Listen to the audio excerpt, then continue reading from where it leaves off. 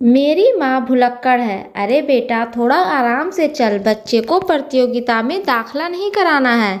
सुधा अपनी गर्भवती बेटी मीरा को टोकते हुए बोली। हाँ माँ, ऑफिस के लिए लेट हो रही हूँ, कहते हुए मीरा निकल गई। सुधा और विनोद ने मीरा को गोद लिया था। सुधा एक टीचर थी। लगभग 25 साल पहले सड़क पर एक 6 से 7 साल की लड़की को भटकते हुए मीरा ने देखा। उसने उस बच्ची को उसके माँ बाप के बारे में पूछा तो वह कुछ बता न सकी। पुलिस में शिकायत दर्ज कराने के बाद सुधा उस बच्ची को अपने घर ले आई। लगभग 6 महीने तक इंतजार करने के बाद भी पुलिस उसके माँ बाप को न ढूंढ सकी, जिसके बाद सुधा और विनोद ने सभी प्रक्रियाओं को पूरा कर उसे गोद ले लिया।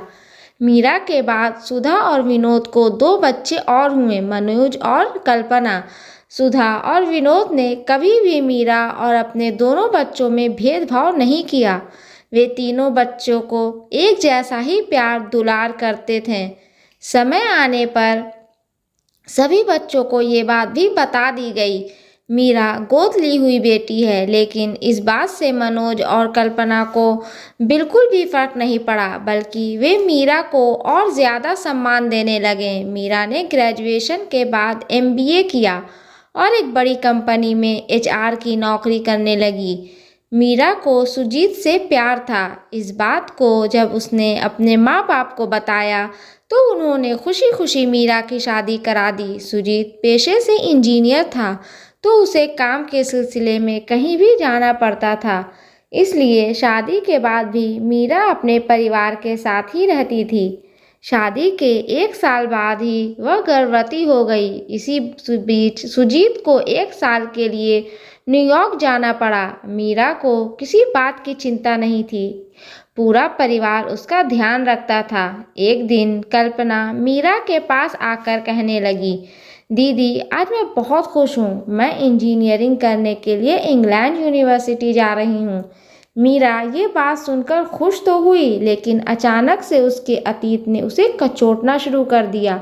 वह मन ही मन सोचने लगी कि मेरा भी तो मन था विदेश जाकर पढ़ने का, लेकिन उस वक्त माँ पापा ने मना कर दिया।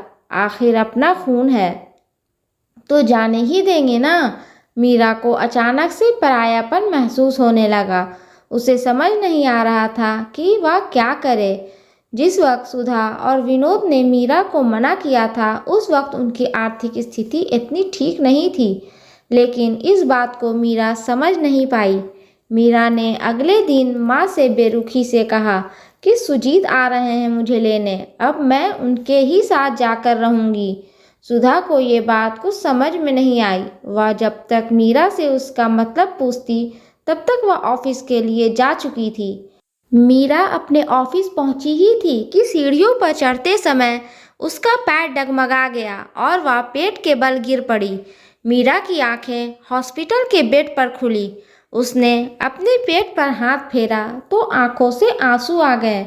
उसे अपने बच्चे की चिंता हुई। दरवाजे पर देखा तो शीशे के उस तरफ माँ और सुजीत का चेहरा दिखाई दे रहा था। बधाई हो, आपको प्यारी सी बेटी हुई है, नर्स ने बच्ची को मीरा के पास रखते हुए कहा। अपनी बच्ची को देखकर मीरा की जान में जान आई।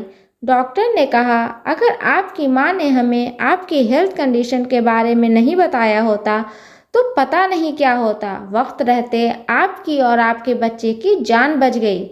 बच्चे पैदा करते समय जो समस्या आपकी माँ को हुई थी, वही प्रॉब्लम आपको भी होनी थी। ये एक प्रकार की पुश्तैनी समस्या है। डॉक्टर की बात सुनकर मीरा दंग रह गई।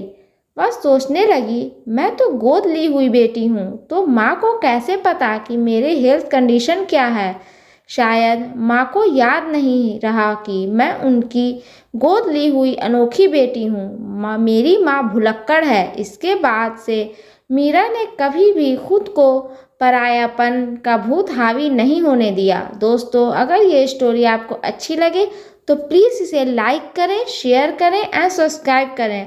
और इस स्टोरी के बारे में आपकी क्या राय है, हमें कमेंट बॉक्स में ज़रूर बताएं। और हाँ, बेल आइकन को प्रेस करना ना भूलें, क्योंकि ऐसे ही आने वाली स्टोरी आप तक सबसे पहले पहुंचती रहेगी। धन्यवाद।